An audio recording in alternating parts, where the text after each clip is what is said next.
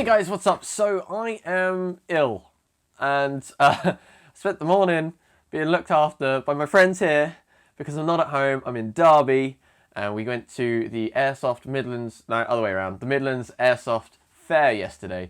I'll do a video on that next week maybe. Really good. Really enjoyed it. Sold a bunch of stuff. And today we're going to be talking about women and children in airsoft and whether or not we should encourage it. This is often a controversial topic among the forums and the Facebook pages for many different reasons, and this is the one topic that I don't think anyone's got a wrong opinion because it is purely subjective. When it comes to women, I think it's a much more clear black and white issue.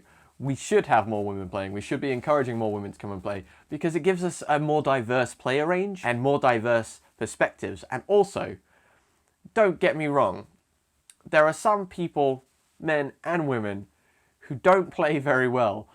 But in my experience, women play so much harder than men. Also, if you're thinking about your partner or someone that you want to bring along, who doesn't want to bring their partners and involve them in the thing that they like? I would love to have a partner that came airsofting with me and enjoyed the sport as much as I do, and kind of I can talk to about it at home. I can involve them in my weird little obsessions, new products, new news, the whole lot.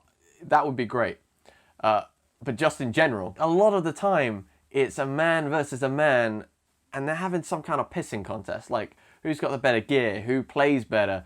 It's all about competition. It's all about machismo. It's all about, I'm the better hunter. And bringing women into that breaks that up a bit, and it becomes more about working together rather than beating that guy over there.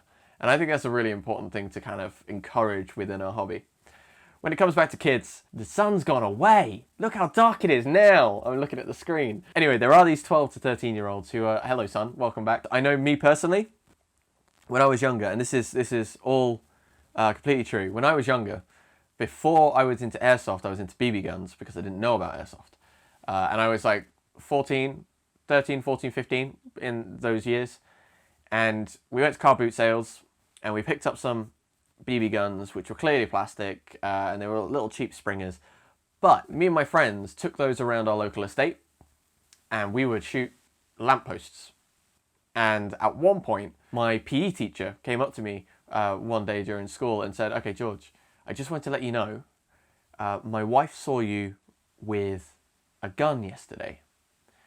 And I told her that it was fake, but if someone else calls the police and says that there are kids with guns around, they're going to turn up with real guns and things could go very badly very quickly." And that was the first time that I actually considered what I was playing with to be more than a toy, because when you're that age, you think about me and mine and what is immediately around. You don't think about, oh, someone got shot in London or someone got shot in Nottingham, or people in the general society don't like guns. And that's the difference, because at 16 you can kind of start understanding the wider societal kind of viewpoints and know that what you're playing with can be perceived in different ways, and that there are real circumstances to that. I mean, even at that point, I still did stupid crap, but I did it with more of an understanding that it could go wrong, and therefore I kind of took more precautions, even if I didn't take all the precautions I should have done. For example, we went and played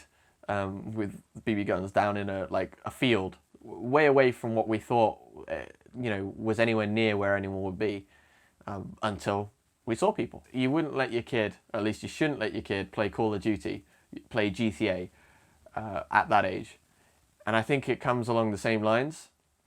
You shouldn't introduce them to things that they can't understand. So although we have to encourage them now whilst they're on the field, maybe we should encourage parents to wait until they're a little bit older. So that's how I feel like things should be progressing. However, the reality is there are 12 and 13-year-olds playing at the minute. There were 4 when I went to Dragon's Lair last month. And they want to get really involved. And therefore I think because they're there, we need to encourage them in the right ways to do things. Because let's face it, they are the future, right? We're not going to be playing forever.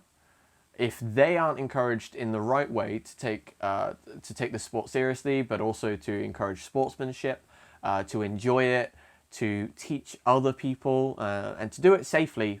I might have already said that, but to do it safely is most important. then they're not going to continue once we stop. They're not going to continue. They are the future, and without them, the whole thing is going to implode.